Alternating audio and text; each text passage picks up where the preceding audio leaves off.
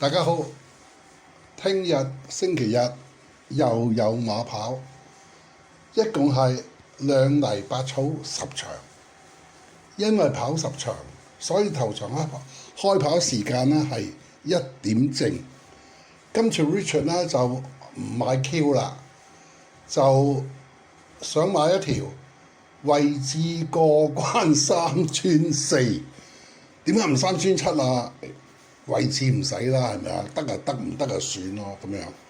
位置過關3串4頭3場㗎。咁咧第一場就係4班1000米出馬爆棚，其中有3匹馬係新馬初出。呢3匹馬不約而同啊，都係準備即係非常充足嘅。例如快靚旺啊9號，10號金小子啊，準備都係好充足嘅。仲有6號快樂寶寶咧，準備一樣係咁充足嘅。不過咧，因為快樂寶寶佢最近嗰次嘅試習咧就好似弱咗啲，咁所以咧今一次嚟講咧就係個注意力冇咁多啊，即係冇咁多人注意佢嘅可能啦。咁而家咧就係而家呢個時候係5點12分，呢個時候咧快樂寶寶咧係咩㗎？係22倍啊！咁其實咧快樂寶寶佢對上次個試習咧就好好㗎。咁咧但係咪對上次即係隔一次啊？即係對上次。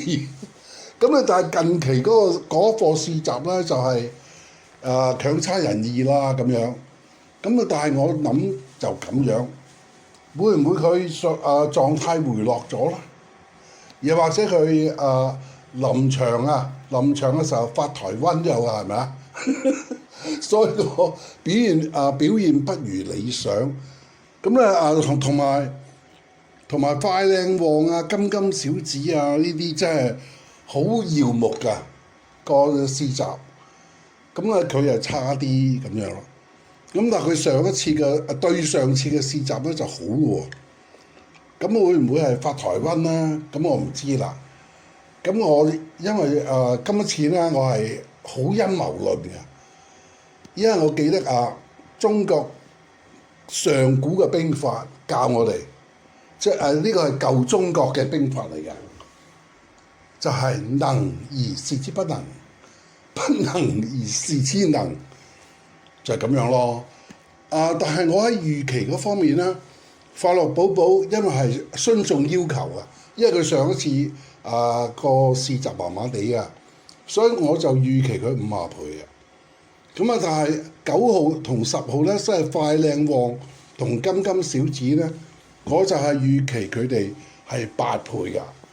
咁而家咧，快樂寶寶就22倍，位置又8.2喎。快靚旺而家就大熱門啊，霍宏星就係3.8，個位置係2.3。而個金小子咧，佢好似即係好尷尬啊！即係而家個賠率就係10倍啊！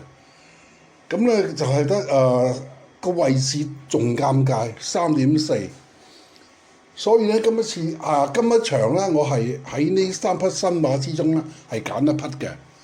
咁我就冇得揀啦，只有揀快樂寶寶，因為霍宏星我好中意。但係快靚旺咧一樣好中意，不過絕對唔中意個賠率。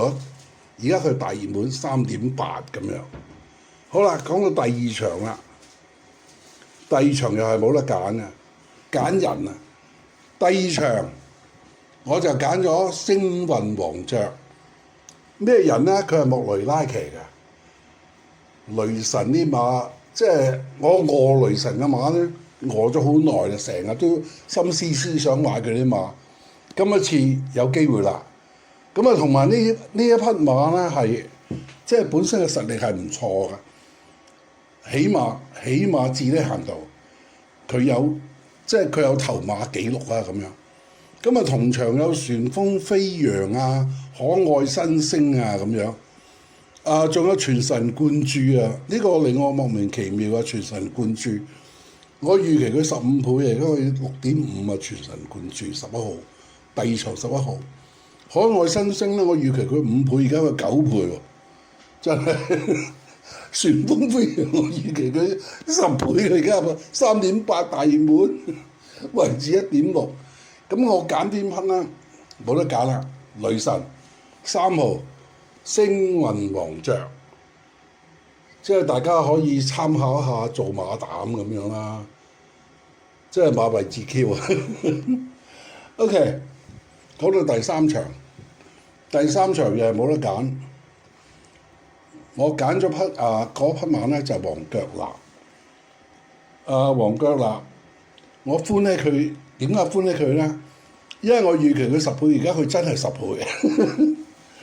咁佢係好有實力嘅喎，佢係最重磅啊！而家咁咧咁有實力係第三場係3班1650米兩場啦，第二場咧就係5班1200米咁樣。咁咧呢一場3班1650米咧出馬咧11匹，凡係呢咁嘅場合咧，我一定係瞄住嗰啲即係冷嘢㗎啦，即係又唔係冷到好過分啲。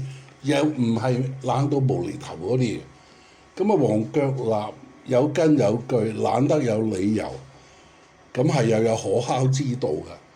咁呢一場馬咧，呢一場馬11匹咧，最級飛嗰2匹咧，當然係莫雷拉嘅堅闖啦。而家係大熱門2.3，仲有天威咧，天威啊，而家係4.2倍。係我報咗時咯。而家咧，我講嗰陣時間係5點17分，應該報咗時。OK，多謝晒。